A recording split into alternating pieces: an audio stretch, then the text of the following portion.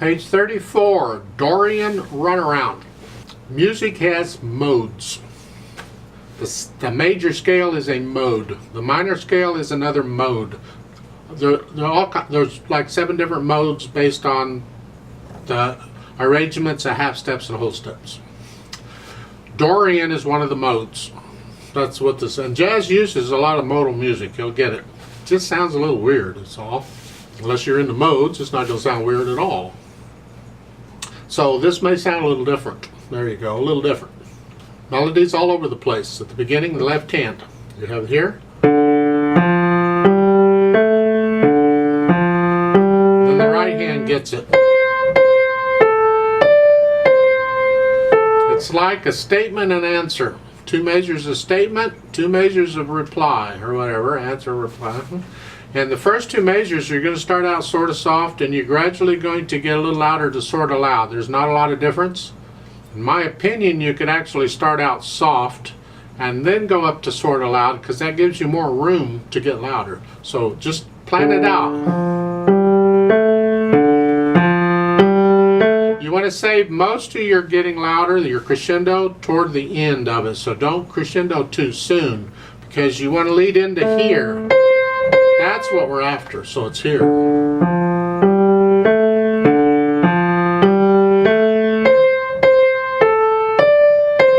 And the second line, same thing coming down. Get louder. And only instead of staying loud like that, you're coming down to soft. Softer than you were at the beginning, or if you started soft, back down to soft. Plus you're getting softer, die away. Third line's the same as the first. The last line, again, now you're coming up to finally you're getting loud. And on that last note, they put a tenuto on there. I wish they wouldn't do that. I would prefer an accent, a regular accent sign. So accent it. And the reason we accent a lot of times, it's a syncopation. We would expect to hear this or this, something. But when they play that last note early, they anticipate it and they hang on to it. It's like, whoa. So a lot of times in jazz, when you get syncopated notes like this, you'll just automatically accent them. That's just part of the interpretation, part of the style. So here, go ahead and accent that last note. Give it a little extra oomph there. And it's tied all the way to the end, so you're going to hold it down forever, just about, to the end. Now it says with spark. I'm not sure what they mean by that, but I guess they mean, perky. Get it? So.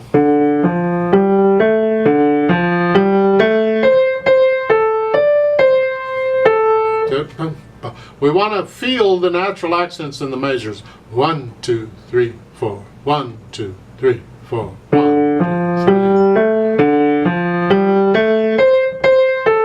3. A lot of times with jazz music, you'll emphasize the 2nd and 4th beats. So it's 1, 2, 3, 4. 1, 2,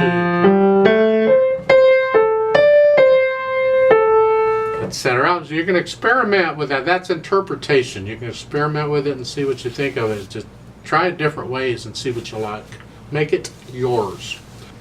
Now there is a note at the top there underneath the staff. 2nd time left hand lower. So when we repeat it, because there's a repeat sign, instead of here, you move the left hand down here.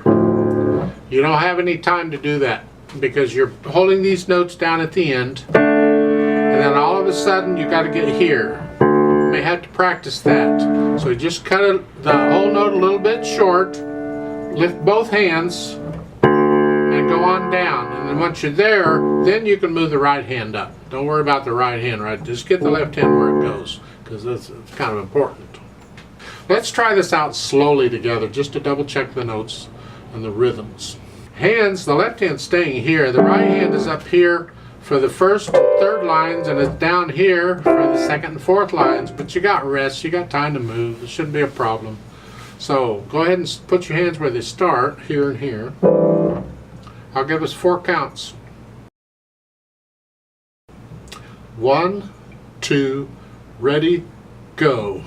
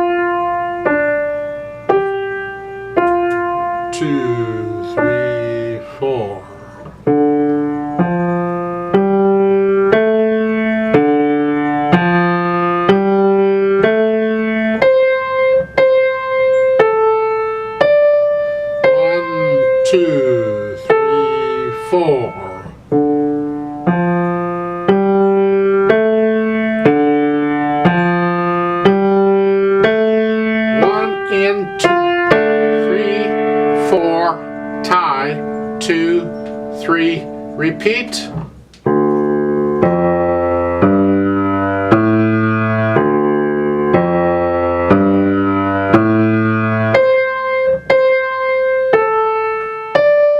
One, 2, 3, 4.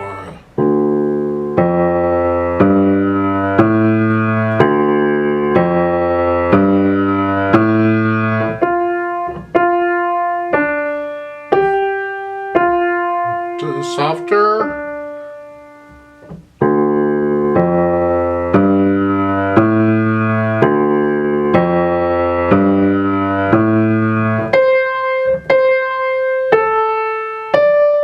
One, 2, 3, 4.